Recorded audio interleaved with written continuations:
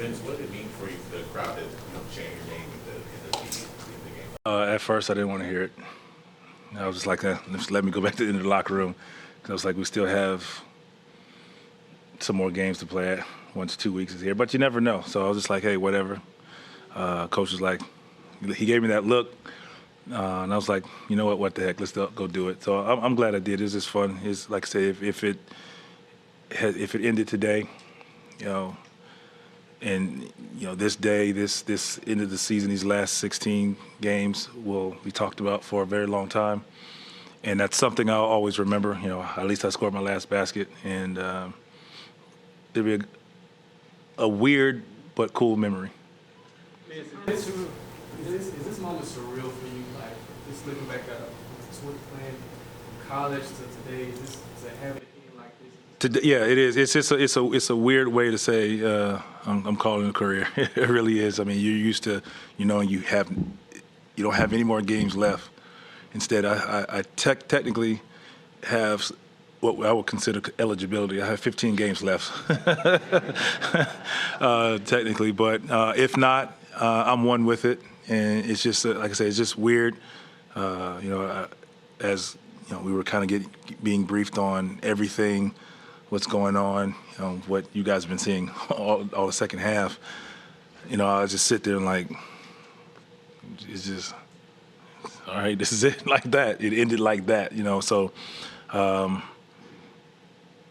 probably tonight I was reflecting like, golly, it's just weird. I didn't foresee.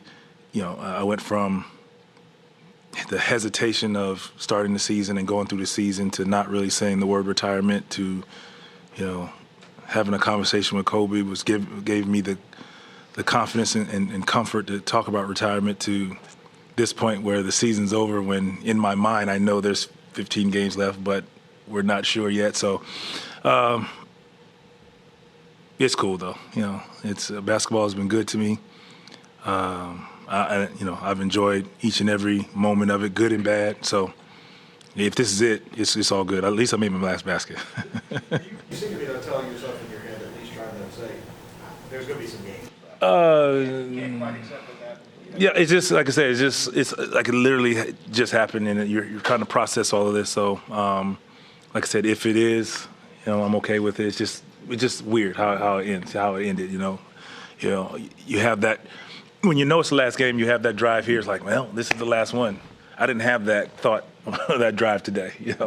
It's just kind of like it's possible because of everything else that's transpired. The NCAA, blah blah blah, other Golden State with the fanless games and all of these things. So, I had a conversation with my friends about it, kind of updating them, and it's like as I'm texting this stuff, and I'm like, well, shoot, I'm like, we're it's going to happen to us soon. And then with that, when you actually think about it that way, it could be the end, because we talked about it a couple of days ago. So, you never know, but I'll be around somewhere, golf course probably. Do you plan to get a lot of talk about the Knicks just played Utah with Gobert, and do you plan to get tested? And we just wait for the team, whatever they tell us. I'm just I'm not an expert, so I just follow their protocol, and I tell them I'm easy to find. You don't quite fall into that elderly. Not yet. That was my first question, though, believe it or not, when they first talked to us. I was like, yeah, so what's the age group? 65, okay, I'm good. But no, I mean, it's just, regardless, I mean, it's just obviously a scary thought. And, when you throw the word death around, I think that kind of shocks everybody and just puts us in a frenzy and everybody on guard. And, you can't get away from that. You can't every time you talk about this, regardless of all of the precautions, that's what you think about, and you feel for everyone who's has a lot more to worry about than us as the young athletes, and I'm just speaking of the athletes, and for everybody else. So we're just doing the right thing and just taking the lead of our organization and staff, and who's really briefed us and done a great job of just informing us, because we don't know. We just go by what we're told, and from there we just try to hold each other accountable, being smart and washing your hands and making the right decisions. If this is it kind of hard to accept that there's no ceremony, no fanfare? I'm guessing all your family. I'm not one for the whole thing anyway. So you ask a lot of people around me, they'll tell you this. I'm one like I'm appreciative, but I do my time and just walk out the door is okay with me. Believe it or not, but it's cool.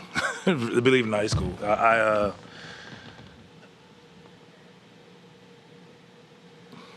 I just game's been good. Did you have any family here? Nah, just my boy, who I made come back here. That's it. When you weigh, obviously, like, wanting to play this team, wanting to finish the season, wanting to compete, but with safety issues and wanting everyone to stay safe and healthy, do you think it was the right call? Of course. I mean, that's what it's all about is this safety, and you feel for Gobert and being in this situation, and it's a lot of things at stake when you think about this. So it's just like, I think even worrying about, oh man, I didn't get to play my last 15 games. That's selfish because I think safety and everybody's health is more important to for me, and that's why I think when you ask that question about does it feel weird? Yes, it feels weird, but I'm okay with it because I understand what's the bigger picture is the safety, not even for us as players, but as you move forward, our parents or grandparents who we get around, that's where it just gets a little sketchy. And so it is what it is. It was meant to be this way, Just like I was thinking, I came in on the half of the season in the lockout, and I walk away from the game kind of unfinished business, which is okay. Vince, if this is it, what has it meant to play your final year, your career with this Hawks organization? It's been great. They've given opportunity to be me. All I wanted to do was just come out and play and compete. Still, be a mentor and an outlet for these guys. But championship is an end-all, be-all for me. A ring, of course, is what that goal was coming in, just like every other athlete. And sometimes you don't reach it. But I was one with it all, and I think more so than anything, I worked so hard to be in shape and play this game, to compete against young guys half my age. So I wanted to go out playing the game. And when you say, how old is he again? Oh, he looks like he can still play. That's the feeling. That's like a championship, because I think each and every night when you're playing against another young guy, like, man, I don't see how you're doing it. You look like you could play a couple of years. That's like winning a championship in my mind. Some people probably don't see it that way. And they're like, oh, man, you should go for it, and I appreciate that. But, I think sitting on the end of the bench, not being able to be a part of this is, that would kill me more than anything. I'd be a bitter old man then, for real. So it's been a great ride. Vince, in the event that this does conclude your career, you probably spend more time with these guys than anybody. What can you say about them in terms of going forward with their just progression and development and just the whole? That's what it's all about. Coming back after All-Star break was about development, and it's Coach LP put it out there about this team being very capable of making the playoffs, and we can't be afraid to throw that word out there. Maybe even though other people may see it as silly, because you look at our record now, but we're talking about a group of guys who are thrown in the fire trying to learn this game, which is not easy. And for the everyday fan out there to look, like, it's not easy to win an NBA game, especially when you don't have a lot of experience, games played. And I think bigger pictures, you just look at the growth of these young guys. Like, look at the growth of Cam over the year. Bruno. All of them. Every play, even Trey, John, Kevin on down, and that's like very promising. And these guys are, our practices were kind of geared towards what they want to accomplish next year. So if you want to be this, like the mistakes you make now, it's not like, we can't do that. In a playoff game, you can't do this. Just value the ball. So these things that you're trying to throw in there, and don't get me wrong, it's nothing like experiencing the playoffs. You can't prepare, in my opinion, you can't prepare a player or a young guy for the playoffs until you just experience it. It's just next level. Like, you can't simulate that in practice. You can't simulate that in a regular season game because it's just different. So, the repetitions of just constantly putting in their mind, like, we play a couple of games, where we say, and I remember saying in the locker room, this is something like a playoff game right here. This is how tough it's going to be. And like I said, until they experience it, they won't understand it completely. But our preparation has moved towards that and kind of just helping these guys mature and put them on the fast track. And just like for Trey, that he's going to draw a lot of attention in pick and rolls in general, and just making the right play, protecting the ball. Sometimes, we go for the home run play, what looks good.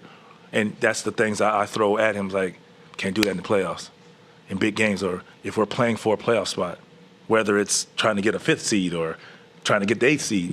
These are things you have to value the basketball. So, it's just growth mindset. Something you've heard all year, and they're really, really starting to understand that, and you can just see the confidence in these guys now. If this is it, how would you like to be remembered? That I still love to play.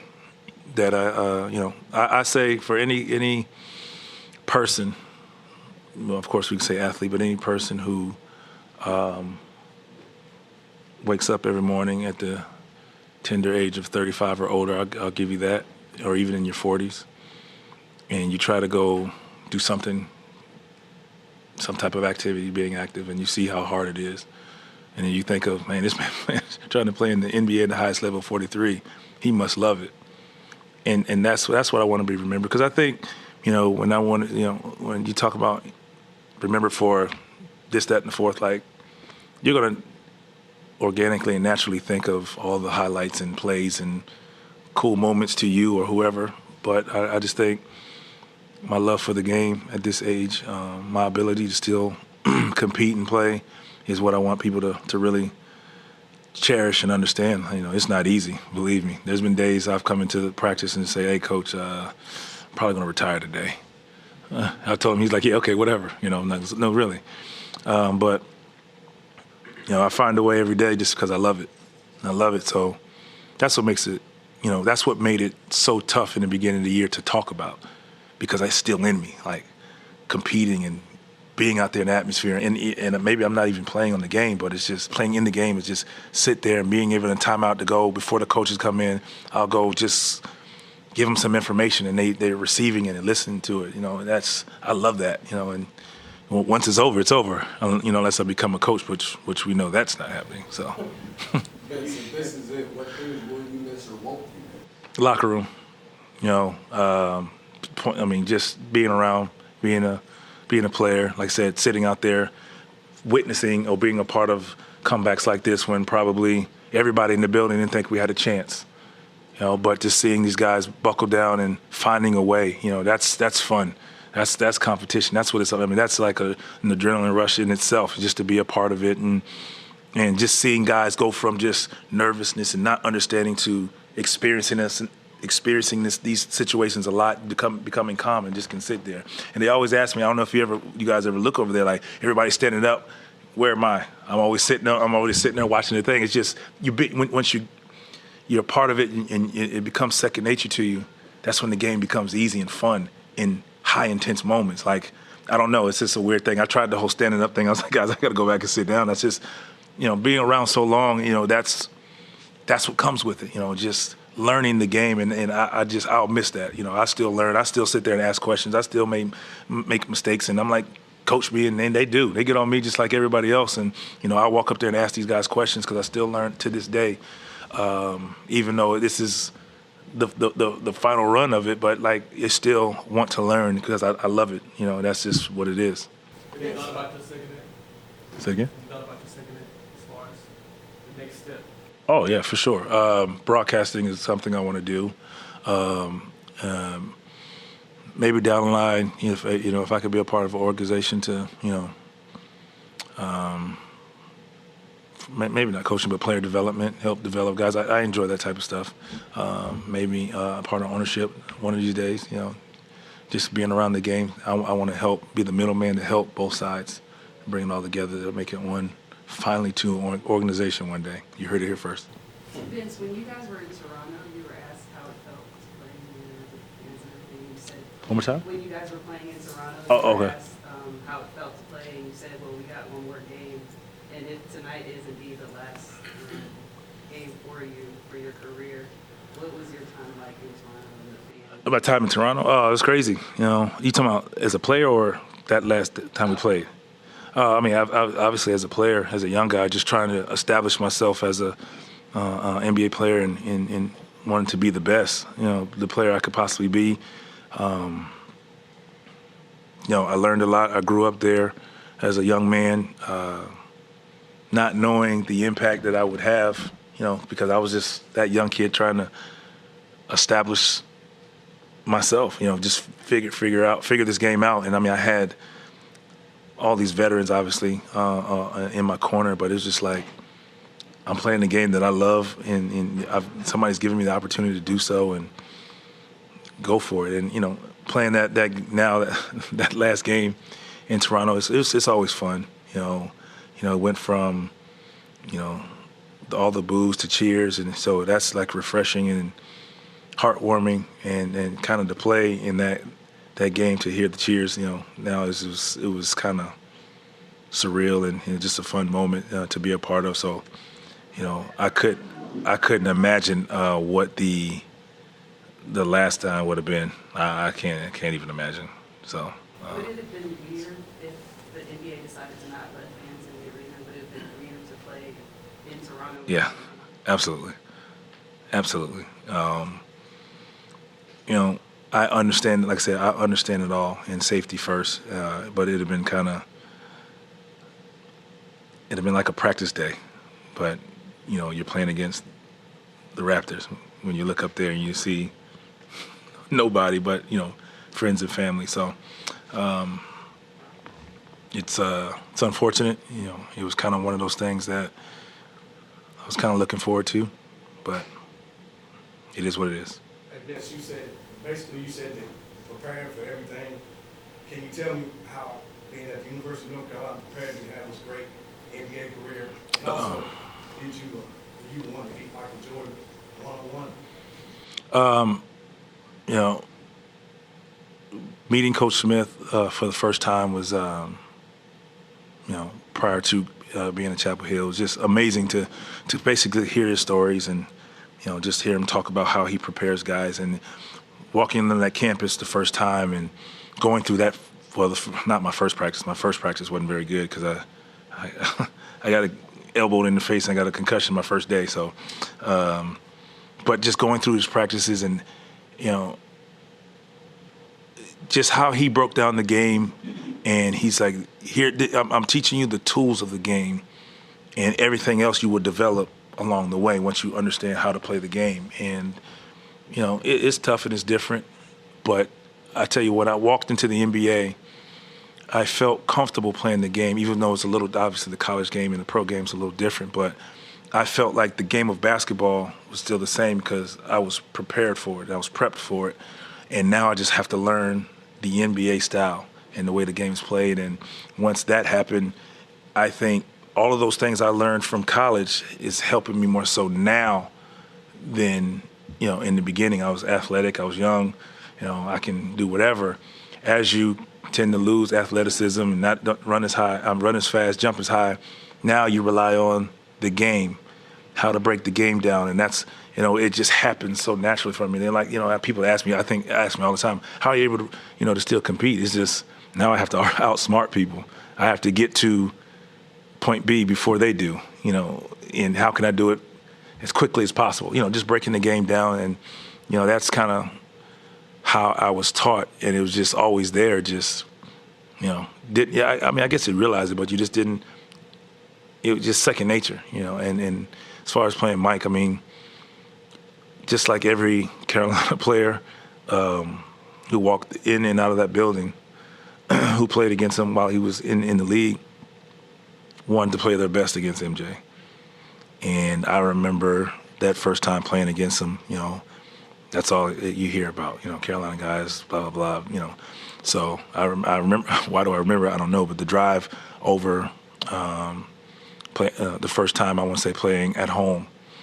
And, you know, I just wanted to just, obviously, you know, and I see it now being the older guy and guys who kind of look up to you, they, you know, they want to play their best and they're going at him. And I said the same thing. I'm going at Mike. I'm with, you know, and it was just, you know, once I kind of got that out of my system and, you know, realized that, hey, okay, you're doing too much, you're hurting your team, you just go and play. It was just a great experience. And, you know, I'm fortunate enough to say, and there aren't a lot of players that can say this, but I played against some of the best players that, you know, have ever played this game. You know, we talk about Kobe being one of the best. We talk about MJ being the best. And I can say I got that opportunity to you know, lace them up against two of the greatest to do it. So that means I'm old, but I'm thankful for it. Because I also played against Hakeem Olajuwon. For 100% clarity. 100%? There's no chance you come back to the NBA next season or try to make a comeback? No. This is it? No. Even for the last 15 games? Hey, I got to think about that part of it. No. Not that I know of. You know, the money is different these days, though. I'll make sure I'm in shape just because. Thanks, guys. I appreciate it, man. It's been a pleasure. Thank you.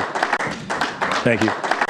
Hey NBA fans, Kelly McGill here. If you like that last video from Fanatics View on YouTube, be sure to subscribe down below for exclusive NBA content.